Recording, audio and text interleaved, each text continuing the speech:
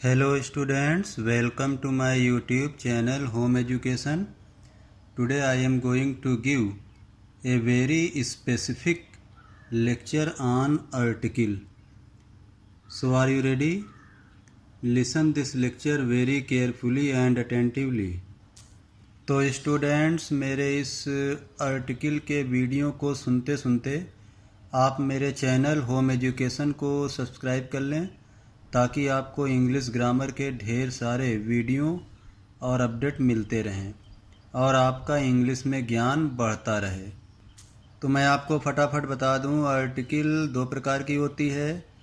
पहली article indefinite article और दूसरी आर्टिकल का नाम होता है डेफिनिट आर्टिकल। डेफिनिट आर्टिकल को मैं आगे बताता हूं, तो मैं आपको सबसे पहले इनडेफिनिट आर्टिकल बताता हूं, ठीक है। तो ए और एन को इनडेफिनिट आर्टिकल कहते हैं, जिसका हिंदी में अर्थ होता है कोई, और इसका अर्थ एक भी होता है, ठीक है। तो ए और एन का मतलब एनी या कोई, ठीक है, या कभी कभी इसका अर्थ एक भी होता है। अब मैं आपको use of a and an बताता हूँ, ए और एन का प्रयोग बताता हूँ। तो सबसे पहले मैं आपको ए का प्रयोग बताता हूँ। पहली कंडीशन देखिए, जो नाउन कॉन्सोनेंट से शुरू हो और ध्वनि भी उसी की हो तब ए लगाते हैं। जैसे एग्जाम्पल देखिए, Ravi gave me a book, Ravi ने मुझे एक किताब दिया। अब यहाँ पर देख रहे हैं नाउन है बुक, ये नाउन बी से प्रारंभ है, बी कॉन्सोनेंट है, तो बी कॉन्सोनेंट है और इसकी जो ध्वनि निकल रही है वो भी कॉन्सोनेंट की ही निकल रही है, बी, ठीक है। यानी कि यहाँ पर ए लगना उचित है। दूसरा एग्जाम्पल देख लीजिए, दिस इज ए चेयर, यह एक कुर्सी है। तो ये नाउन जो चेयर है सी से स्टार्ट है और इसका जो ध्वनि निकल रही है वो भी सी है, ठीक है। तो इस तरह से यहाँ पे ए लगना उचित है। दूसरी कंडीशन देखिए ए लगाने की, जो नाउन वावेल से शुरू हो, जो नाउन वावेल से शुरू हो, स्वर से शुरू हो, लेकिन ध्वनि कॉन्सोनेंट की हो, वहाँ भी ए लगाते हैं। जैसे देखिए example, a university degree is no guarantee for a job today, आज एक यूनिवर्सिटी डिग्री की जॉब के लिए कोई गारंटी नहीं है, या आज कोई यूनिवर्सिटी डिग्री की जॉब के लिए कोई गारंटी नहीं है।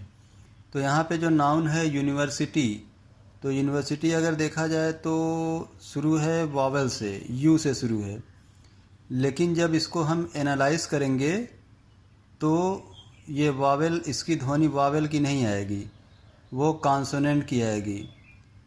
आइए जानिए कैसे। ये देखिए यहाँ पर मैंने समझाया है, यूनिवर्सिटी मैंने लिखा है, ठीक है। यूनिवर्सिटी का जो सबसे पहला लेटर है यू, देख रहे हैं आप, तो यू को मैंने यहाँ पर लिखा हुआ है और मैंने यहाँ पर लिखा है इक्वल टू करके।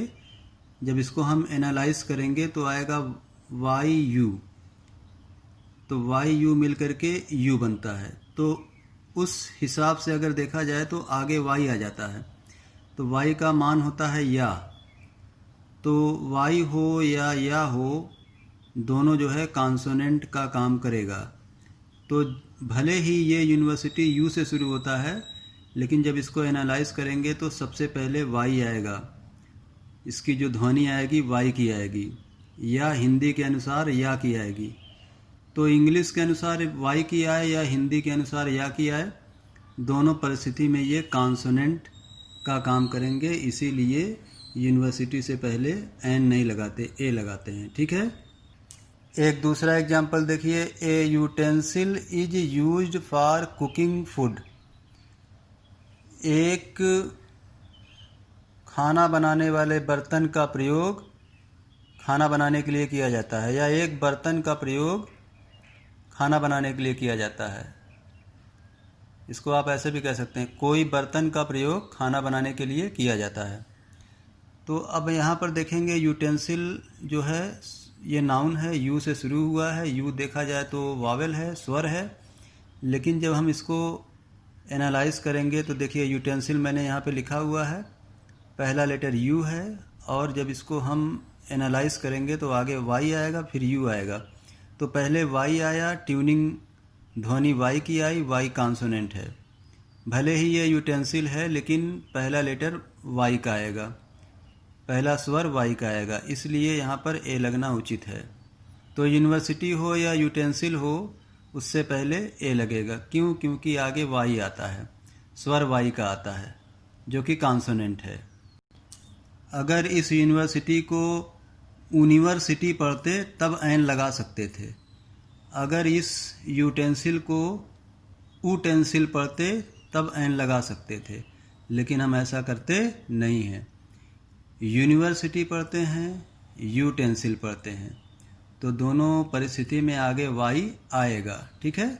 इसीलिए ऐसे नाउन से पहले ए लगाते हैं।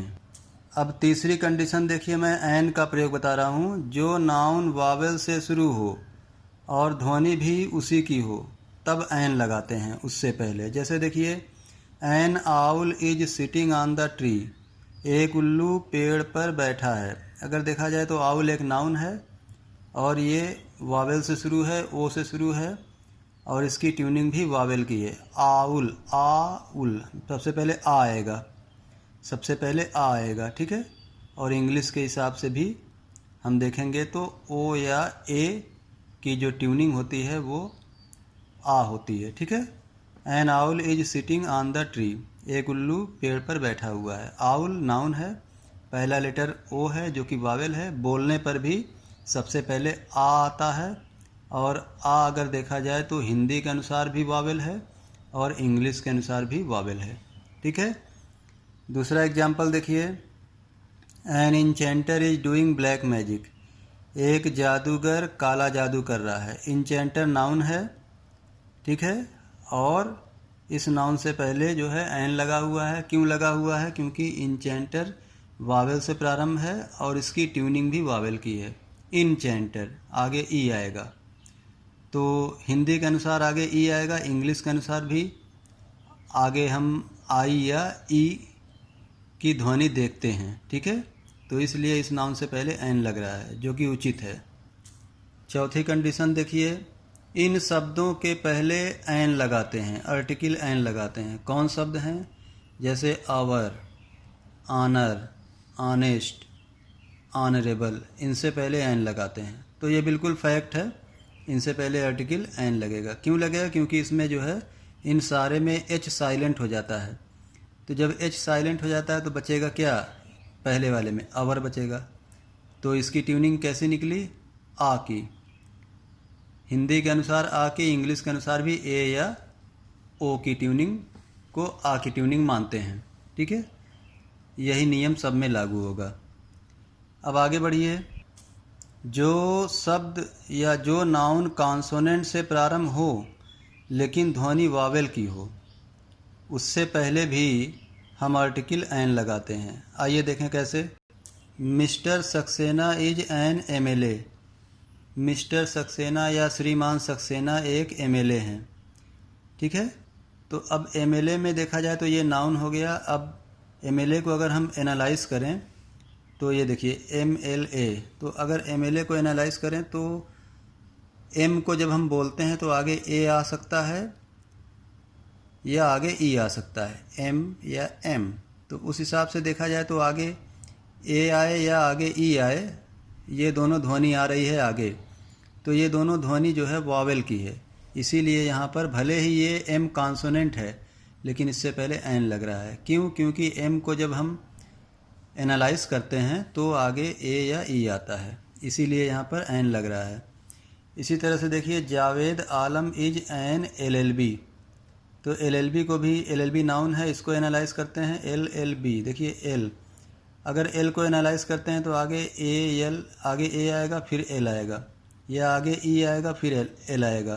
तो दोनों हिसाब से ए आए आगे या ई आए, दोनों जो है वावेल हैं, तो इनका जो ध्वनि निकल रही है वावेल की है, इसीलिए एलएलबी से पहले भी एन लग जाता है। अब मैं आपको यूज ऑफ द बताता हूँ, द का प्रयोग। द का मतलब होता है डेफिनिट आर्टिकल। इनडेफिनिट आर्टिकल मैंने बता दिया है आपको, तो मैं फटाफट आपको जो है बता दूं द का प्रयोग कब होता है या डेफिनिट आर्टिकल का प्रयोग कब होता है। पहली कंडीशन देखिए, पवित्र ग्रंथों के नाम से पहले, बहुत से पवित्र ग्रंथ होते हैं जैसे कुरान हो गया, गीता हो गया, बाइबिल हो गया, रामायण हो गया। इन पवित्र ग्रंथों के नाम से पहले आर्टिकल द लगना तय है। The Quran, the Gita, the Bible. ठीक है। अब डेफिनिट आर्टिकल द की दूसरी कंडीशन क्या है? जो चीज़ें संसार एवं ब्रह्मांड में एक हों उनसे पहले भी द लगता है। जैसे द सन, सूरज एक है। द मून, चंद्रमा एक है। द हिमालय, हिमालय पर्वत भी एक है, इसलिए इनसे पहले द लग रहा है। डेफिनिट आर्टिकल द की एक और कंडीशन है, उसे भी जान लीजिए। जब किसी नाउन को विशेष महत्व देते हैं तब भी उससे पहले द लगाते हैं। जैसे एग्जाम्पल देखिए, the gold of my ring is 22 carat. मेरी अंगूठी का सोना 22 कैरेट है। अब यहाँ पर अंगूठी के सोने को महत्व दिया जा रहा है। मेरी अंगूठी का सोना 22 कैरेट है, सोने पे विशेष फोकस दिया जा रहा है। दूसरा एग्जाम्पल देखिए, the diamond of her necklace is very costly. उसके नेकलेस का जो हीरा है बहुत महंगा है।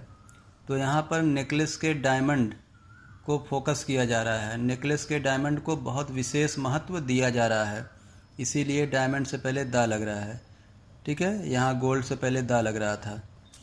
तो स्टूडेंट्स, कैसा लगा ये आर्टिकल का विशेष वीडियो? इसे आप लाइक करिएगा, इस पर आप अपनी प्रतिक्रिया करिएगा और इस ग्रामर के वीडियो को अधिक से अधिक शेयर करिए ताकि और लोगों को ज्ञान प्राप्त हो सके और लोगों की इंग्लिश ग्रामर बहुत ज़्यादा मजबूत हो सके। ओके, थैंक यू, जय हिंद।